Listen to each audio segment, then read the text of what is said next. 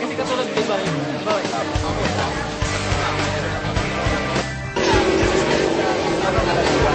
Alam mo kailangan. Ano daw po? Sunod na daw po. Ay, ito natin dito. Tapos sunod na daw. sige po. Ganun po po. Pwede po ba ako makapagpapit po sa inyo? Ay, nakakawa naman yung nasabi ko.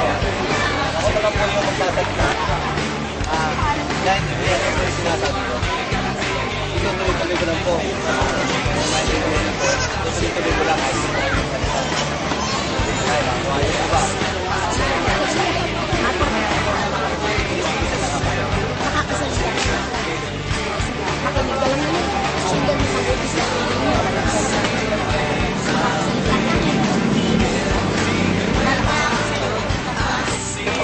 Pagdating ng church, nasa permiso, ano po po ang bagay ang ginagawa natin para makapunta sa Lord? Pero kapos po is makakarating, alam. Kaya nga po hindi naman yung hindi ko muna natin hindi siya ganun ko po. Salamat sa mga nag-sponsor ng medical mission na ito, sa mga kumpanya na nagbigay ng mga gamot, ang Unilab, Pagwa Laboratory, Myra, Vita Option, pinasasalamatan ko rin ang buong deep group ng CCF at ang ating D12 na nag-support upang maging matagumpay ang medical mission na ito. God bless you all. Sir, barangay, na nagpapatuloy naman na yung nanay nyo, ganyan na at kinakailangan ng so, dalawa puso, no? Isa sa galing sa DSWD at saka galing sa barangay doctor. Yun mo, kailangan na natin.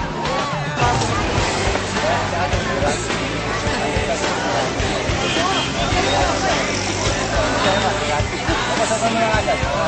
Okay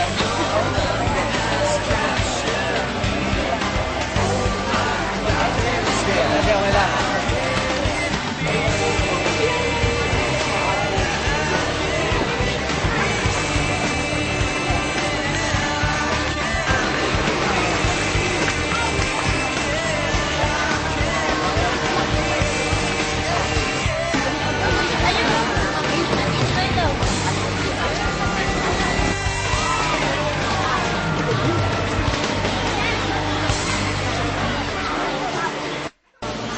pagod na ako.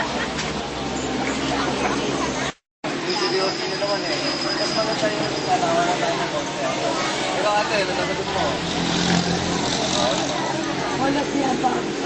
Kasi natin masiguro na pwede na tayo kapasunan sa langit kahit na ano mangyari. Sabi ko niya sa Romans 16, ang kabayaran ng kasalanan ay kamatayan. Ngunit regalo ng Diyos ay buhay na walang hanggan sa pamamagitan ng maging sa dagat, ang dagat, ang isda, maging yung guardian of reading na pinagkaya. Masaya pa sila no kasi nakakausap pa nga yung iba't handa ng Diyos sa kanang tao.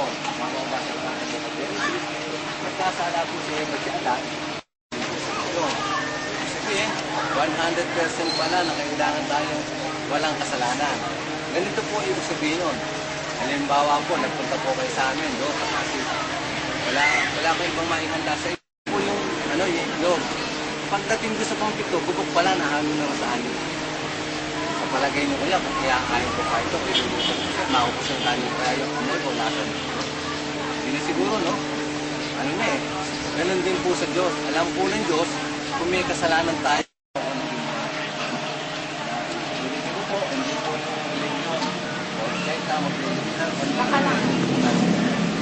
kaya advice nyo po.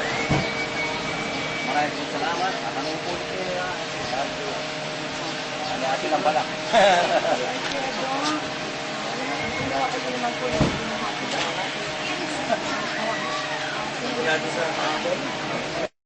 Ay, kumpleto na. Anong number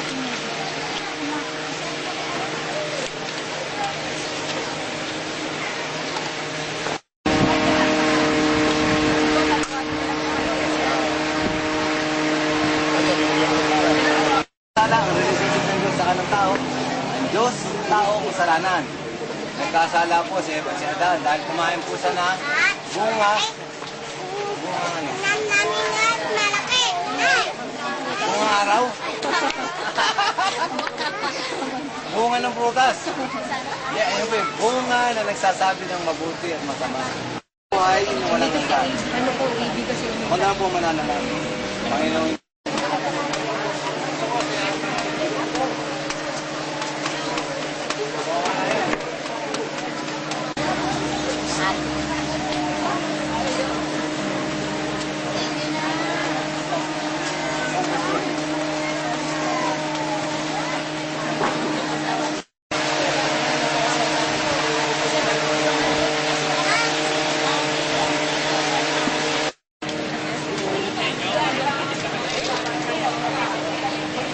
sabi nga dito, hindi na.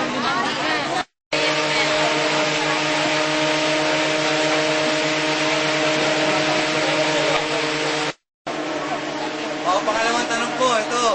Sige, hindi po tayo sigurado. Makinig po tayo. Babalikan po ulit kayo mamaya. Tatanungin kayo. Sabihin, hindi po numamasal sa mall, nasa loob ng mall, namatay, sumapo. Hindi natin sigurado buhay natin. At ang Diyos na nakakaalam. Nakaharap natin ang Diyos ngayon. Ha? Wala natin.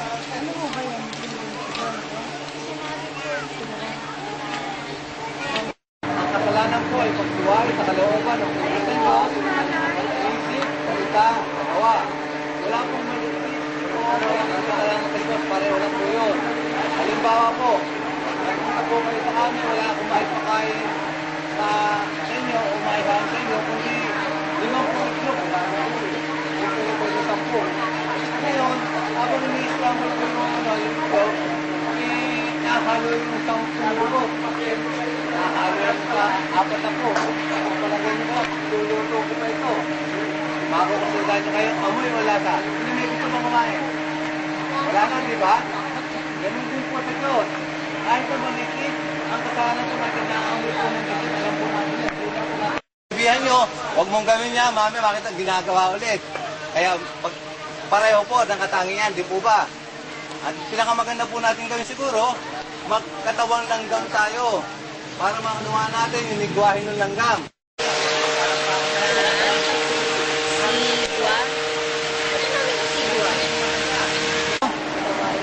Sa aking kasalanan ginawa, sa isip, salita,